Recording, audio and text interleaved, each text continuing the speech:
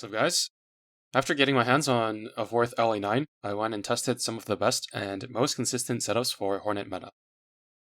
If you're just looking for a single one-shot, there are many other viable options, and you don't really need to min-max at all to get all the rewards from the ladder, so if the things I present in this video are out of your reach, just don't stress about it.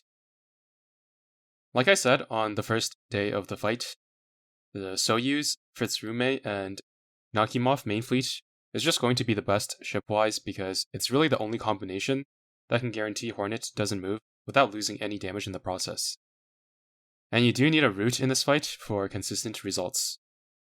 In the Vanguard, Z52 is mandatory because really everything she provides is crucial in this fight. Her total damage contribution is top of the line with her debuff and solid personal damage. She has a lot of anti-air to keep your carriers concealed, and she can serve as the tank of the fleet. In the other two slots, there are three ships that are almost all equally viable in Hindenburg, Plymouth, and Kazagumo. From my testing, I believe that Plymouth is the best of the three, with the best anti-air and about as good damage contribution as the other two. Keep in mind though that although her damage looks to be about the same as Hindenburg most of the time, a lot of it comes from anti-air, for which Hindenburg has none if she's using two guns. Between anti-air damage and cases where one carrier is spotted but not the other, you can't trust the damage numbers of the results screen in this fight. Between the other two vanguards, Hindenburg and Kazagumo, they both have pretty good damage contribution, but subpar anti-air. Hindenburg ends up being a little bit more consistent because she has lower speed, which means her vanguard will be less likely to move to one side of the screen and let planes leak through.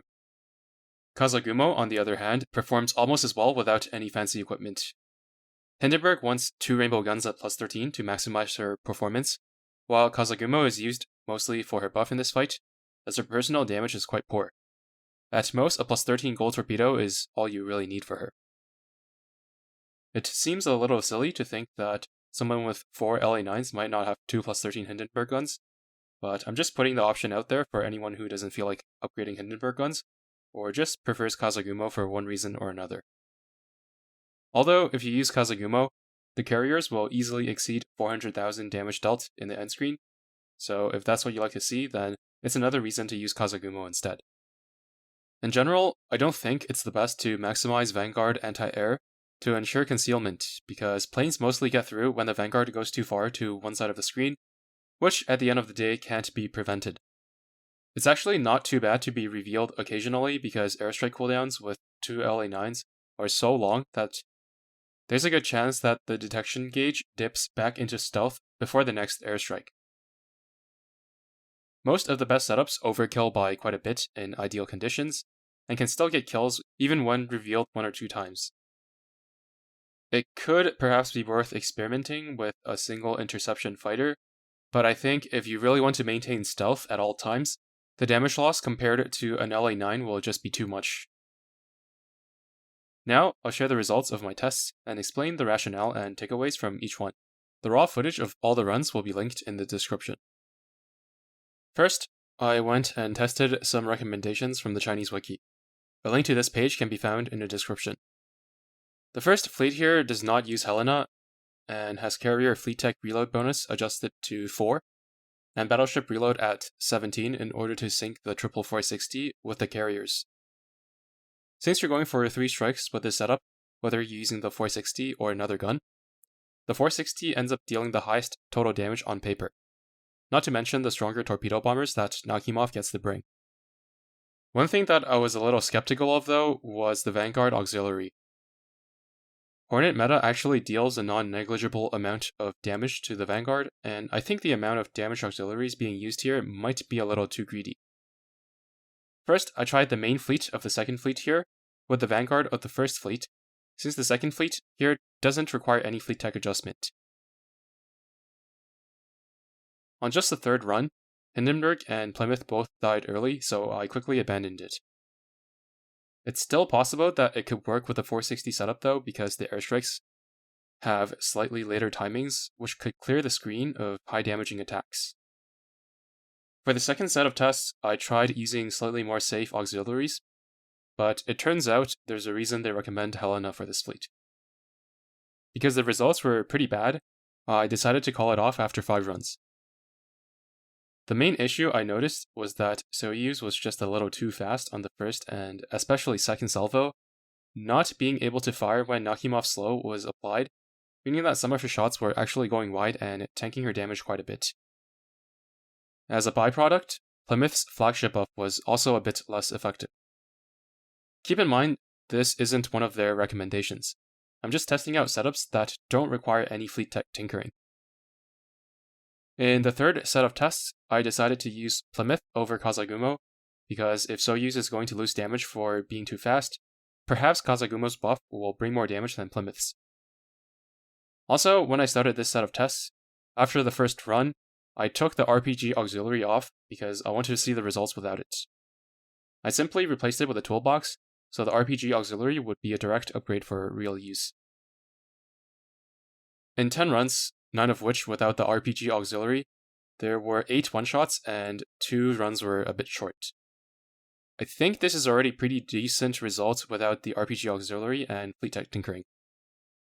Using the RPG auxiliary, on paper, the stat buff that activates a third of the time should automatically turn what would have otherwise been a failure into a success, but it's hard to say for certain that would be the case. So far, if you don't want to adjust fleet tech at all, it seems that this fleet would be the most consistent. Next, I tested the 460 comp here, keeping as much the same as possible. The only differences between my fleet and theirs is that I used an anti-air gun on first Rume, because I think 15 accuracy might be better than the gun mount, and I used rainbow mags on Hindenburg, not because it's better, but just for the aesthetic. And apart from that, I also don't have a plus 11 Wadatsumi report or a second plus 13 Fumo. With a supposed 98% success rate, I expected to see at most 1 fail out of 10 runs, but on the 5th run, the Vanguard ended up dying early again, which led to a total of 2 failures in 10 trials. If the last one was short by just 1 bar of HP and not 4, I'd chalk it up to my subpar equipment, but those couple levels of auxiliary upgrades and equipment differences aren't going to make a difference of 4 bars. More importantly, the Vanguard dying early kind of ruined what should have been another success. I tried the same fleet again, but used slightly more conservative auxiliaries. For Hindenburg, I haven't had her come close to dying with a rudder, so I put that on her, and then I put the RPG auxiliary on Z52 instead.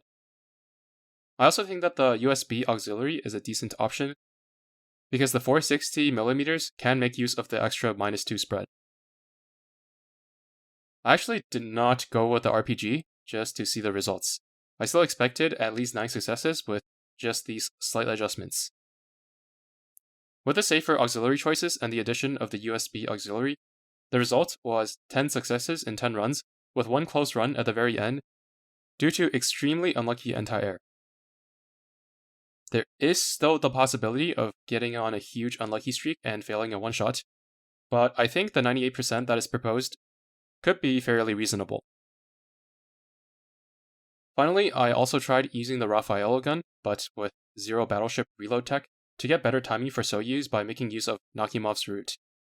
The result was 9 successes with 1 close fail. Soyuz was still a bit too fast. This worked quite well, but if you're going to adjust fleet tech reload anyway, you might as well use the 460 setup, I think. Although, if you don't want to upgrade a 460 to plus 13, this is going to be your next best option. I have one more secret strat that uses the exact same equipment and ships as the previous one, but has better results and doesn't have to touch fleet tech. This is because I have a second Soyuz enhanced to only 139 reload. This makes her just slow enough that she lands every single volley on every salvo. I only did this because I really have nothing better to level at this point, having completed raising essentially all ships that give fleet tech to 120. And even then, I wouldn't have raised the second Soyuz if I wasn't also a huge fan of her design.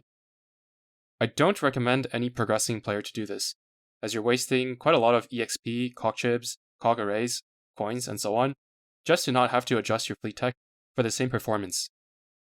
Anyway, that's it for this video. Hope you found it helpful. Thanks for watching, and see you in the next one.